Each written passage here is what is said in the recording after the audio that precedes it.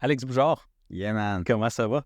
Super en feu. Good. Ouais. All right. Moi, j'avais très, très hâte de te rencontrer parce que toi et moi, on partage un historique amical, un historique professionnel également, puis un historique de coaching. On s'est fait coacher. On s'est rencontrés, toi et moi, pendant qu'on se faisait coacher par Alexandre Nadeau, Exact. lors d'un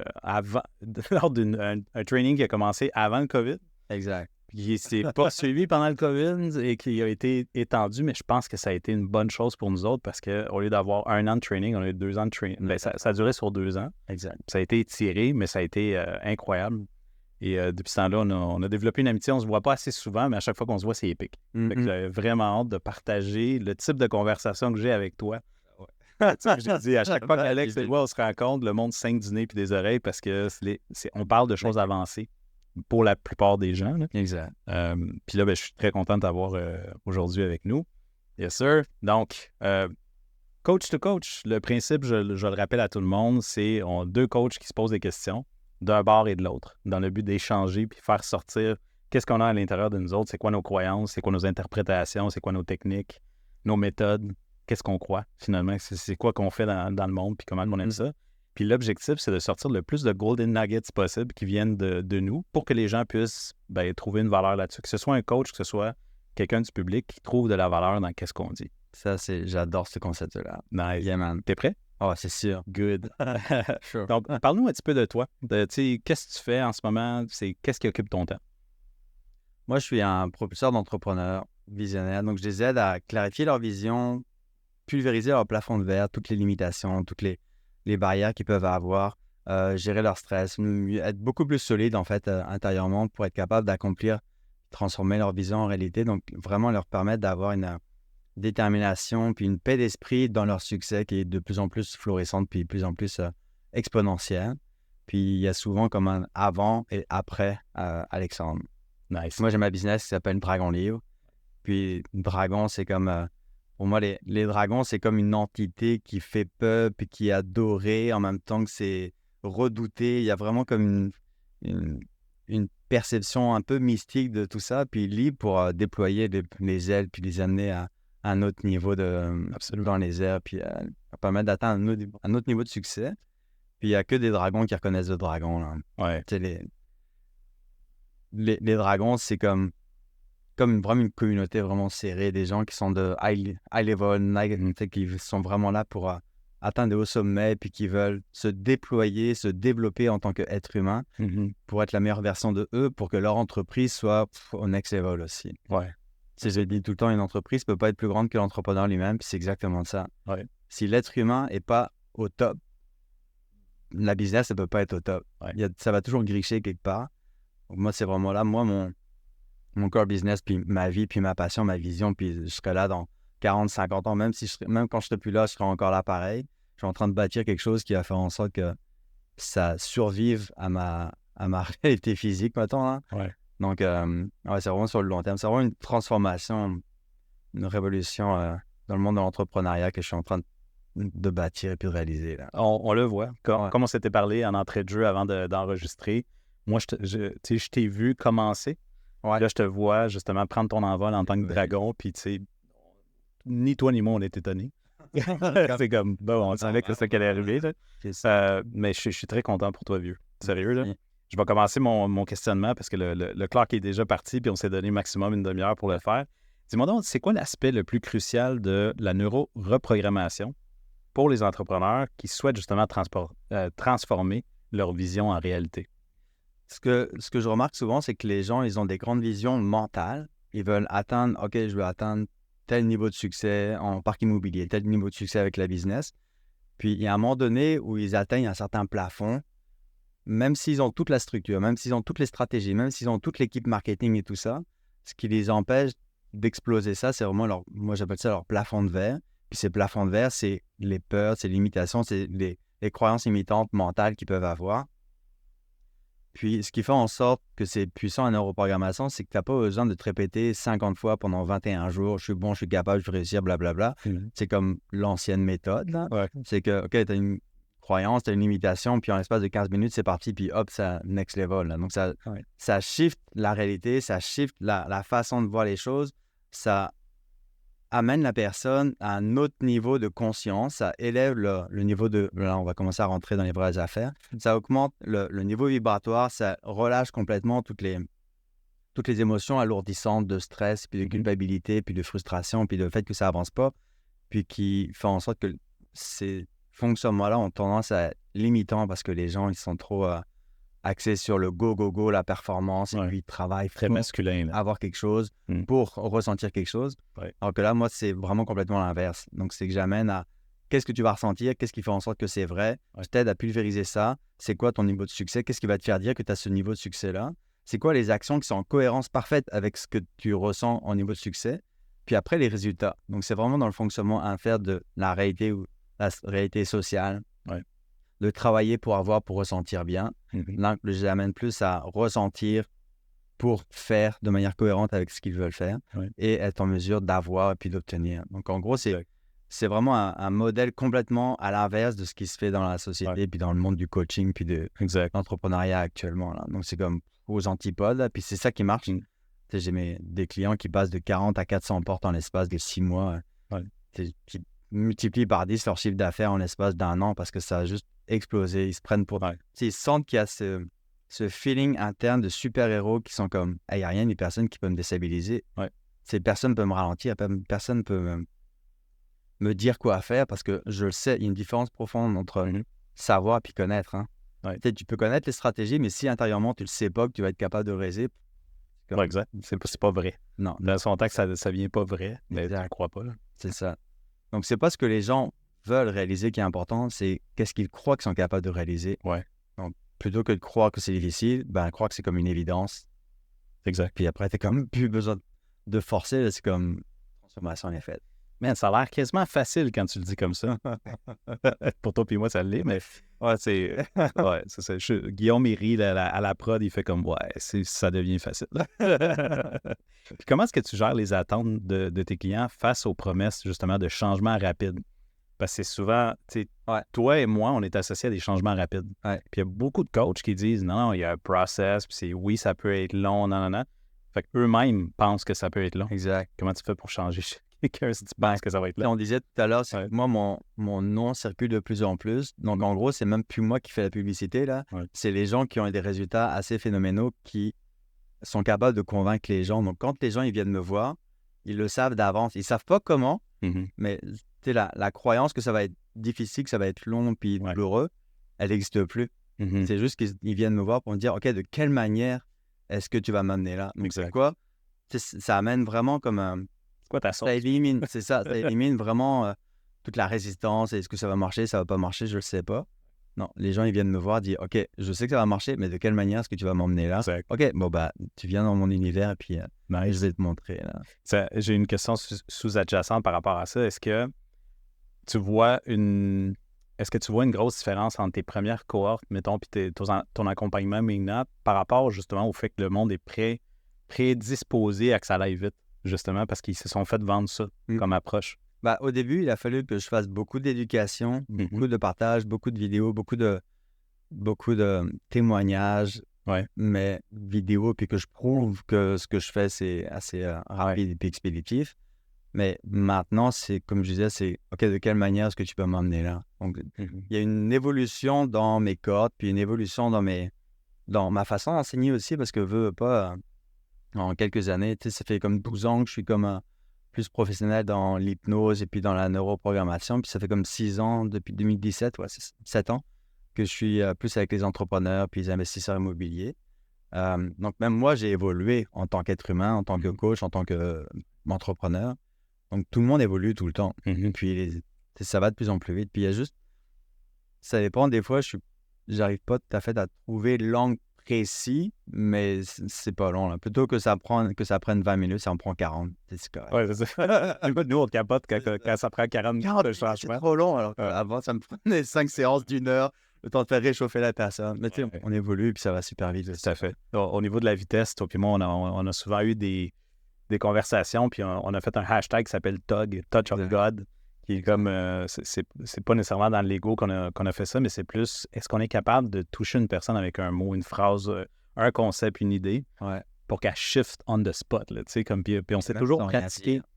Et même sans rien dire, exactement. On a une. À la Alex Nadeau, là. Exact. C'est que OK, c'est quoi? C'est de la magie? Non, il y a une technique. C'est juste que tu sais pas c'est quoi la technique. Exact. Mais il y en a une technique. Puis toi et moi, on est passionnés justement de rapidité puis de dire OK, je suis capable de le faire. Un peu comme les Japonais diraient en ippon, là. C'est une shot. One shot kill. Mais là, c'est ça. C'est one shot shift.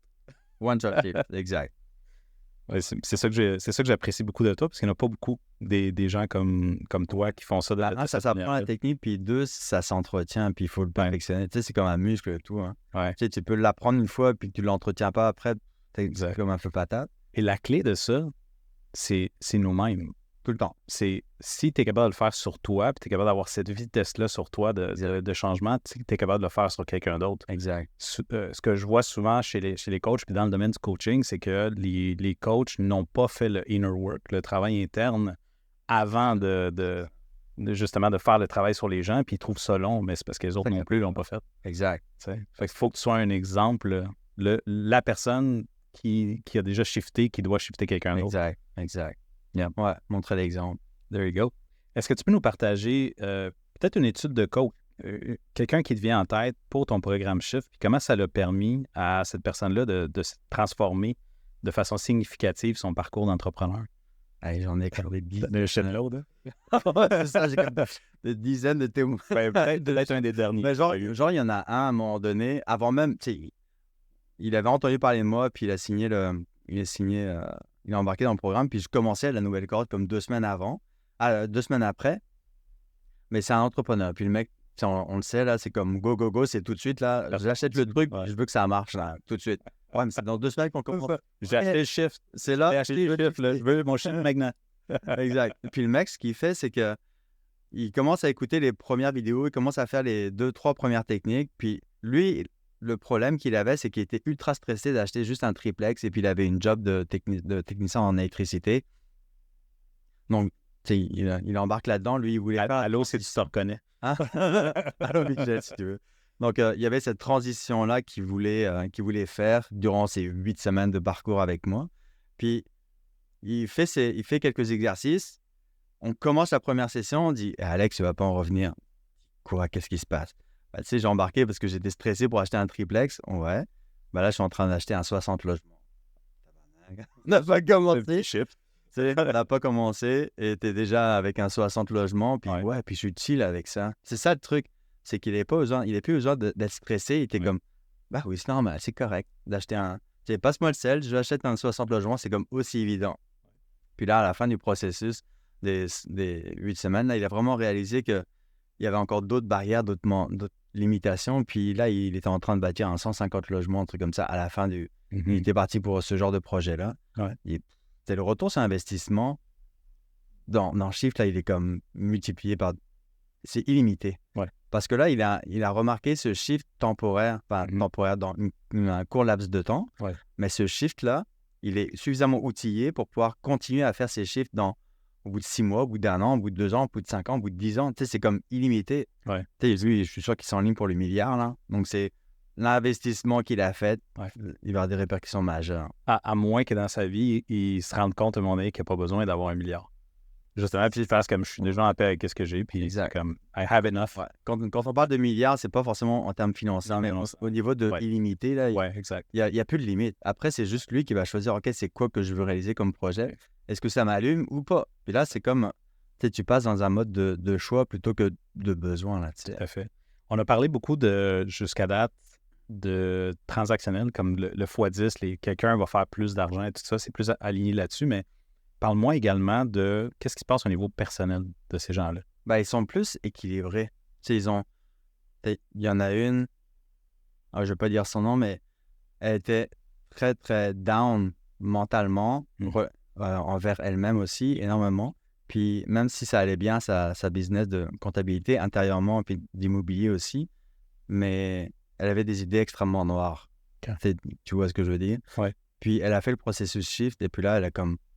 Hey, wow, cette technique-là, c'est mon bonbon. Je le fais tous les jours. Puis il y a telle personne qui m'affectait. Maintenant, quand je les vois, ça ne me fait plus rien. Puis en fait, c'était des personnes toxiques qui la nuisaient, puis qui l'auto-sabotaient, puis qui l'amenaient à des idées noires. Puis sa façon de sortir à elle de cette réalité, Ouais. c'était justement d'en finir vraiment, tu sais. Est-ce que c'est elle qui se laissait influencer par ces gens-là ou c'est elle qui permettait comme... Ouais, bah, elle Parce que c'est toujours une permettait permission parce qu'il y avait personnelle. comme, Ouais, tu sais, on le sait qu'il y a des situations loin, fort lointain qui font en sorte ouais, exact. qu'elle vivait ça. Ouais, Parce il y a des elle était traumas, là. exact. Elle Ouais. elle était capable de comprendre pourquoi est-ce qu'elle acceptait cette relation toxique dans sa vie-là. Ouais. Puis elle a compris ça venait d'où, c'était quoi l'origine, c'était quoi les conséquences, qu'est-ce que ça avait comme fonctionnement. Donc là, ça lui a permis de shifter. Puis Ouais. là, elle est comme ultra épanouie, elle est super heureuse et tout, là. Mécaniquement, juste, je sais que je suis hors des questions, mais on a du temps. Fait que je me permets de rajouter des questions supplémentaires là-dedans. Ouais. Est-ce que tous tes clients ont des traumas? Sois honnête. Tout le monde en a. Tout le monde en a. Ouais. Puis ça fait partie de la nature humaine. Mhm. Tu sais, on a comme dirait Alex, on a comme une essence unique, puis on a plein de patentes qui nous ont été transmises, plein de programmes, plein d'histoires, plein de programmes transgénérationnels, des programmes générationnels, des programmes sociétals. Tu sais, on a plein de choses qui nous ont été engrammées dans notre système nerveux qui font en sorte qu'on vive à partir de cette réalité-là. Mhm. Mais le but, c'est de se libérer de ça. Ouais. Donc, peu importe que la personne soit balayeuse ou qu'elle ait 100 millions, peu importe, là, tout le monde en a. Tu sais, toi aussi, t'en as, moi aussi, j'en ai, Guillaume en a, tout le monde en a, puis c'est normal. Ouais. Mais après, c'est comment est-ce qu'on passe à travers ça? Est-ce qu'on continue à vivre à travers ça, puis on se plaint, puis on est comme victime de notre réalité, ou alors on prend la responsabilité de notre vie. OK, moi, dans mon présent, c'est ça que je vis. Qu'est-ce que je peux changer? Ouais. Absolument. Donc là, ça demande une grande responsabilité, un grand pouvoir de décision, puis la majorité des gens ne sont pas prêts à ça. De dire, hey, c'est pas de ma faute si c'est ça qui est arrivé. Ouais. Ouais. Justement, parlant de la responsabilité, parce que les gens ne comprennent pas nécessairement la définition ou ils n'ont pas la même définition que toi puis moi de responsabilité. Tu peux-tu l'expliquer un petit peu, qu'est-ce que ça veut dire? La responsabilité, c'est... Moi, ce que je considère, c'est que la réalité extérieure, c'est un reflet de ce qui est présent en nous. Pour moi, c'est comme holographique. C'est la discussion qu'on a ensemble, c'est holographique. La discussion, les problèmes que l'on peut avoir avec un partenaire d'affaires qui nous a trahis, avec une séparation, avec peu importe. Ce que l'on vit, c'est holographique, c'est ce qui est présent en nous dans notre subconscient. De prendre la responsabilité de sa vie, c'est vraiment de reconnaître qu'on a du pouvoir sur cette transformation-là personnelle, tu sais. Donc, de se libérer, puis d'être plus observateur de notre vie. OK, on a notre essence unique, on a la réalité. Qu'est-ce qui fait en sorte que ce que je vis est vrai pour moi? Qu'est-ce que j'ai besoin de changer en moi pour que la réalité soit différente et puis soit change? Donc, en gros, c'est juste la réalité ou l'univers, ou appelez-la comme vous le voulez, c'est juste une représentation. Puis c'est juste à t'apporter ce qui est à l'intérieur de toi. Donc là, moi, je trouve ça vraiment le fun. Parce que je dis, yes, j'ai un défi, je suis en train de rencontrer ce défi-là. Qu'est-ce qui fait en sorte que je vive ce défi-là? Qu'est-ce que j'ai besoin de changer, de libérer, de transformer, d'améliorer, de modifier pour que je transcende cette réalité-là? Alors que les gens, ils ont tendance à travailler très fort à l'extérieur, mais ils ne veulent pas aller voir ce qui se passe en dedans. Donc, qu'est-ce qui va se passer? Ils vont recommencer. Ils vont revivre le même type de situation, le même type de rencontres, de partenariats qui vont les trahir. Ils vont rencontrer encore le même type de problèmes et puis de faillites. Pourquoi? Parce que c'est encore présent en eux. Donc, la question qui tue, quelles sont tes chances de changer si tu ne changes pas l'interne? C'est quasiment nul, là. Quasiment nul. Pour moi, c'est ça. C'est que si tu ne changes pas intérieurement, la vie, elle va pas changer. Ouais. Tu sais, qu'est-ce que j'aime dire, moi, aux gens, c'est... Imagine-toi que tu t'en vas dans ta salle de bain, puis au lieu de te maquiller, tu maquilles le miroir. Exact. Ah, ça, j'aime ça. Puis là, tu t'en vas dehors. Là, tu te dis, ouais, comment ça, je suis pas maquillé? C'est maquiller le miroir. C'est ça, exact. T'es toujours à l'externe. Ouais. Puis quand tu te placer devant le miroir, vraiment à l'interne. Vraiment parfait, là, mais... Ouais, exactement. Exactement ça. C'est toujours, tu sais, l'holographique, puis c'est drôle, la synchronicité, parce que j'en parlais à Guillaume juste avant que tu arrives. Puis je disais, c'est un univers, l'univers externe est un reflet, comme un miroir. Fait que ce que tu vas voir dans le miroir, c'est qui que t'es à l'intérieur, tout le temps, 100% du temps. Là. Donc, ça ne sert à rien de maquiller l'externe ou de jouer sur l'externe, ou d'essayer de contrôler l'externe ou comme te placer par rapport à l'externe. Ouais. Ça va demander beaucoup plus d'efforts à vouloir changer la réalité externe plutôt que la réalité interne. Ben oui, exact. Puis tu sais, on a tellement compris cette mécanique, toi et moi, que les chiffres sont très rapides parce qu'on sait exactement quoi shifter à l'intérieur. Et parce qu'on a fait les mêmes erreurs que la société ou que les coachs ou que les gens font d'habitude, là. Exact. Se répéter mentalement, ouais, je suis capable, ouais, mais intérieurement. Ouais. Tu sais, c'est 15 minutes, pendant 15 minutes, là, t'es motivé, puis t'es capable de réaliser des trucs, mais intérieurement, c'est que, je veux moins que rien, puis je suis pas capable, puis c'est ce qu'ils vont dire les autres, puis je vais me planter et tout. C'est ça qui va gagner tout le temps. Ouais. Donc, il y a de défaire tout ce qui est interne. Ça revient pas. Hein. Une fois que tu as fait un shift, justement, ça revient pas. Ça a été shifté. Là. Tu peux pas revenir en arrière. C'est un peu comme... À condition d'aller à 100% de ce shift. Exact. Nice. Ouais. Puis, c'est quoi les erreurs courantes que tu observes justement chez les entrepreneurs dans leur approche du développement personnel puis professionnel? C'est-tu justement ça? Genre, quel livre je devrais lire pour... Ouais. Des fois... C'est dans l'information, là, ou... Tu sais, tellement. Ben, parce qu'on est tellement programmé par l'importance d'emmagasiner des informations mentales. C'est quoi le meilleur livre? C'est quoi le podcast le plus motivant? C'est quoi qui a transformé votre vie, le livre, le film ou n'importe quoi? Gros, on s'en fout, là, parce que c'est quoi le trauma que tu vis, que tu as besoin de libérer ou de transcender? Il faut en sorte que ça va changer complètement. Exact. Donc, dans la réalité ou dans la société, c'est très à la mode, justement, les aspects externes. Mais parce que, tu sais, c'est pas un mal. C'est juste parce qu'ils ne savent pas que ça... ils savent pas que ça existe. Puis deux, ils savent pas comment le faire. Tout à fait. Puis souvent, les coachs, ils connaissent pas le processus de mécanique d'amener à la libération de ce blocage-là ou de ce trauma. Ouais. Donc, c'est ça, les affirmations positives, les livres, les podcasts, les vision boards, toutes les rencontrer avec d'autres le réseautage et tout ça. Ouais. Il y a beaucoup de gens qui misent là-dessus. Donc, c'est beaucoup des accès extérieurs. Puis, je ressens la gratitude. Ouais, mais ça dure 15 minutes. Puis après, c'est comme, ma vie, c'est la scrap. Il faut faire attention aussi avec les réseaux sociaux. Ouais. C'est capoté. Le nombre de personnes que j'ai au téléphone ou en ligne pour les appels. Sur les réseaux sociaux, c'est comme shiny, tout va bien, puis tout ça, tout est brillant. Puis, je vis ma best life. Puis, t'es au téléphone, puis c'est quoi le... Sur le bord du suicide. C'est ça, exact. La différence majeure entre... Ouais, c'est incohérent. Ouais. Très incohérent. Ouais, complètement. Là. As-tu l'impression que les gens se bullshit comme constamment, justement? C'est la pensée magique. Là. Ouais. C'est le problème de la pensée magique. Là. Comme dirait Alex, vraiment la pensée magique, c'est ça qui est nuisible, justement, au coaching puis au développement personnel. Moi, c'est plus du développement personnel. C'est comme... Pour moi, le développement personnel, c'est comme si tu avais les 2 pieds dans la bouse de vache, là, puis que tu mettais du parfum puis de la peinture, là, puis croire que ça va aller mieux. Mais t'as encore ta mère t'es encore assis dans ta mère, tu sais. Exact. Pour moi, c'est plus de la transformation que personnelle. Ouais. Donc, je fais en sorte que j'amène les gens à sortir de leur wet mental, émotionnel, relationnel. Ouais. OK, ça fait peut-être mal, parfois, pas tout le temps, mais au moins, une fois que tu es de l'autre côté, tu n'as plus besoin de... Tu étais sorti de la bouche, tu t'es lavé les pieds, tout est clean, tu t'es libéré de tout ça. Tu ne vas plus revenir en arrière. Tu es comme plus capable de revenir en arrière. Tout à fait. Tu peux plus... Enfin, je pourrais les aider à se reprogrammer pour revenir dans leurs problèmes, mais c'est pas forcément ce qu'ils veulent. Là. Non, exact. Il faut qu'ils soient libres. Enfin, ça y est, je suis libre. Là, clairement, tu sais, je te pose beaucoup plus que 5 questions parce que, 1, on a du temps, puis 2, je me permets des questions sous-adjacentes pour compléter. Toi, tu as déjà participé à du Tony Robbins.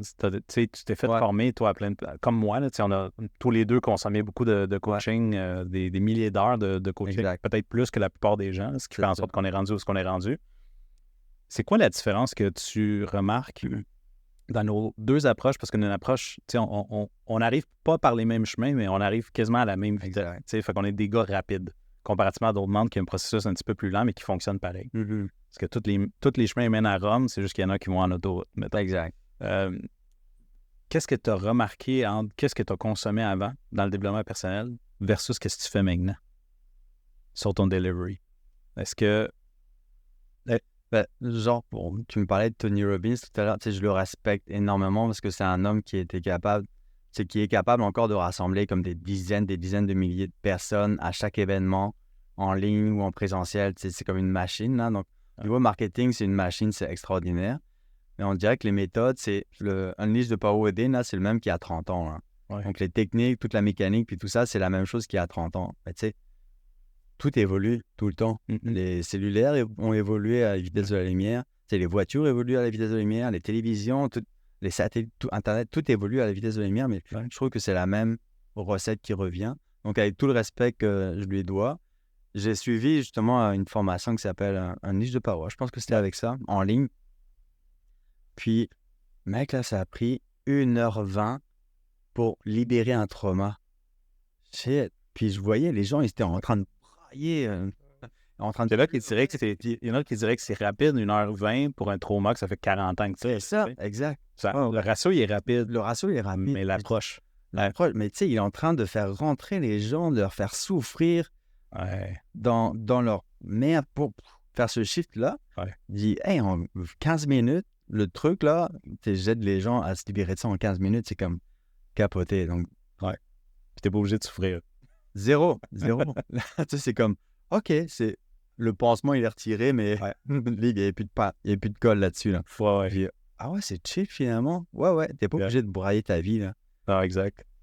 Pour changer, pour libérer un trauma, une relation toxique, quoi. Ouais, moi aussi, je suis contre la souffrance. Pour moi, la souffrance est complètement optionnelle dans ce truc-là. Tu es obligé de mettre le nez dans ton trauma. Là. Exact. Tu peux le faire disparaître sans aller dedans. Là. Exact. Dernière question pour toi. Comment est-ce que tu envisages l'évolution du coaching en neurosciences, justement, dans les prochaines années? Qu'est-ce que tu penses qu'ils vont s'en venir? Ben, nous, le fait qu'on soit sur la map, là, puis on est en train de taper la trail aussi pour beaucoup de monde aussi, j'ai l'impression, beaucoup de coachs et puis de révolutionner le monde de la transformation personnelle. Là. Puis je pense que les gens, ils commencent à remarquer qu'il y a comme d'autres tendances là, que juste les affirmations positives et puis la gratitude, tout ça. Il y a comme d'autres choses qui existent. Puis il y a une mouvance de plus en plus grande. Là. Il y a beaucoup qui se cherchent encore. Il y a beaucoup qui affirment des choses puis qui sont pas tout à fait incarnés, qui sont pas tout à fait honnêtes. Puis mais ils font leur bout de chemin aussi. Mais j'ai l'impression que il y a de plus en plus de monde. Pourquoi? Parce qu'il y a de plus en plus de demandes aussi. Les gens souffrent, c'est fascinant. Puis il n'y a pas de ressources, ou très très peu, ou les ressources qui sont comme... sont lentes, les ressources. Et puis, prennent du temps, là. Ouais, soit par un an et demi par des thérapies. Un an et demi de thérapie, c'est long, là. Complètement. Ou des pilules, ou n'importe quoi. Moi, je trouve ça capoté, là. Moi, l'être humain, l'état normal de l'être humain, c'est la santé parfaite. Donc, quand t'es malade ou quand t'es pas en shape ou mentalement, émotionnellement, physiquement, t'es pas optimal, bah, c'est parce qu'il y a quelque chose qui griche. Donc, il faut ramener ça. Donc, je trouve que l'opportunité de croissance d'entreprise en tant que coach et puis en tant que... plus que les thérapeutes, vraiment les amener à transformer leur vie, c'est comme illimité. Vraiment illimité. Est-ce que tu crois, toi également, que si jamais les gens connaissaient nos méthodes au primaire, qu'on n'existerait plus, tout simplement? Il n'y aurait pas besoin de monde comme nous autres. Si l'école enseignait ce qu'on enseigne. Ah ben, dans un monde idéal, ce serait parfait. Là. Nous, on est là parce que justement, il y a des lacunes. C'est ça. Mais si les enfants étaient capables de se gérer émotionnellement, de se gérer mentalement, puis d'être énergétiquement aussi, spirituellement, s'ils étaient capables de gérer là, ben, la vie serait beaucoup plus... la société serait beaucoup plus saine. Donc moi, ma vision, là, c'est vraiment d'aider le plus d'entrepreneurs possible à être beaucoup plus alignés avec leur essence unique, à se libérer de toutes leurs limitations. Pourquoi? Ben, pour bâtir une société plus saine, justement. Exact. Là-dessus, man, je suis avec toi. Yes, j'adore ça. Merci pour ton temps, Alex. J'apprécie. On arrive pile poil dans le temps qu'on voulait. Donc, cool. la prochaine étape, ça va être toi qui prends le mic et tu me poses des questions. Merci, mon ami. Merci. Ah non, c'est vraiment solide.